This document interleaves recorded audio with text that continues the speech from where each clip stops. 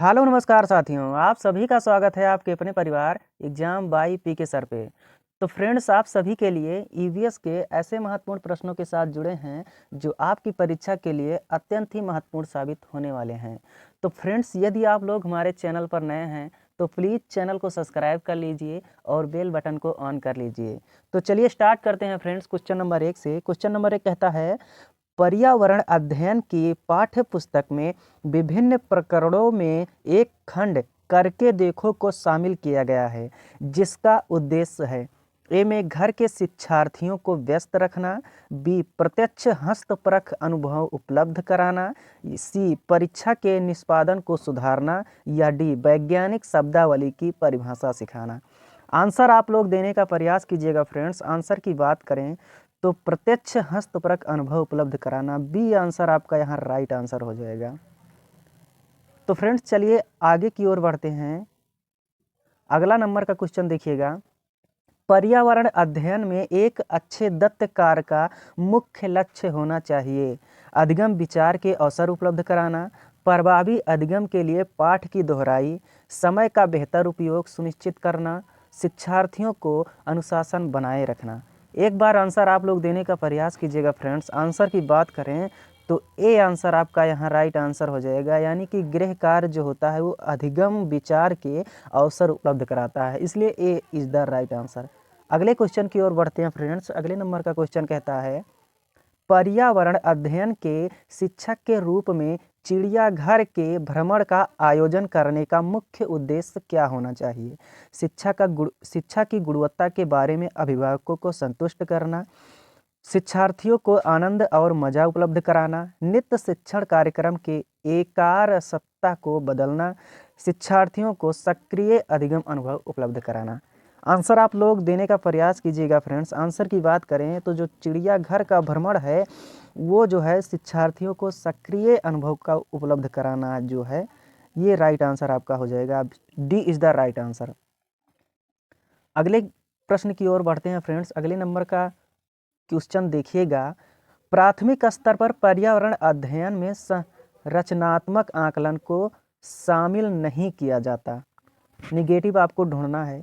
शिक्षार्थियों की ग्रेडिंग और रैंकिंग, शिक्षार्थियों के अधिगम रिक्तियों की पहचान, शिक्षण में कमियों की पहचान, शिक्षार्थियों को के सीखने को बढ़ाने से।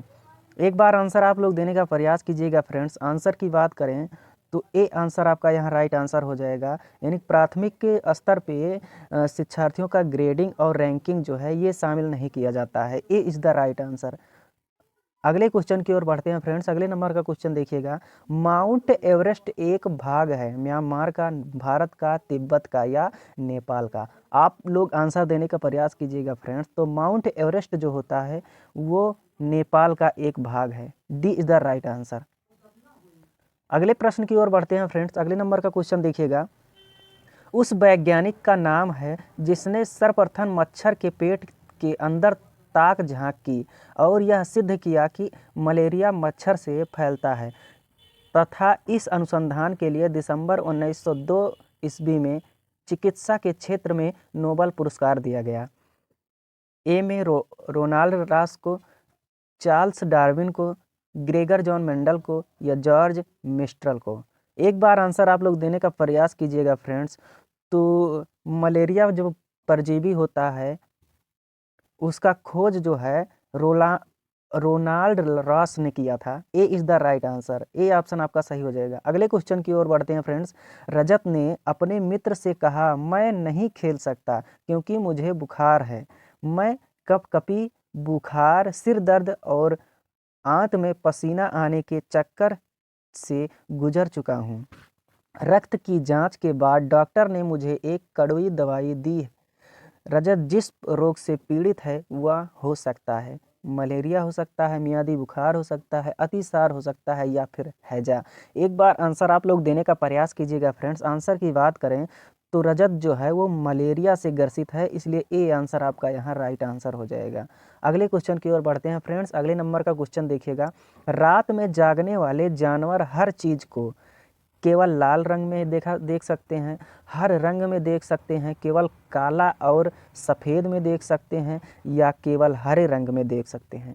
आंसर आप लोग एक बार देने का प्रयास कीजिएगा फ्रेंड्स। रात में जागने वाले जो जानवर होते हैं वो केवल काली और सफ़ेद में ही देख सब पाते हैं, इसलिए सी आंसर आपका यहाँ राइट आंसर हो जाएगा। अगले क्वेश्चन की ओर बढ़ते हैं फ्रेंड्स। अगले नंबर का क्वेश्चन देखिएगा। पंखुड़ियों के अंदर फूल के बीच में कुछ पतली पाउडर जैसी रचनाएं दिखाई देती हैं, जिन्हें हम कहते हैं वर्तिगाग्र कहते हैं, परागकोश, पराग या फिर मूलांकुर कहते हैं। एक बार आंसर आप लोग दीजिएगा। आंसर की बात करें तो पाउडर जैसी जो संरचना होती है उसे जो है पराग हम कहते हैं, इसलिए सी आंसर आपका यहाँ राइट आंसर हो जाएगा। अगले क्वेश्चन की ओर देखिएगा फ्रेंड्स, क्या कहता है।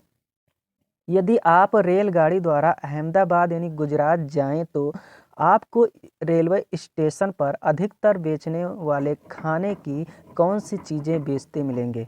आंसर आप लोग देने का प्रयास कीजिएगा। ए में लिखा है पूरी, साग और ठंडा दूध, ढोकला, चटनी, नींबू वाले चावल, छोले भटूरे और लस्सी, इडली, चटनी और वड़ा चटनी।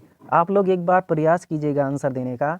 आंसर की बात करें तो अहमदाबाद गुजरात में ढोकला जो है प्रसिद्ध जो है फूड होता है, ढोकला, चटनी, नींबू वाले चावल, इसलिए जो है बी आपका यहाँ राइट आंसर हो जाएगा।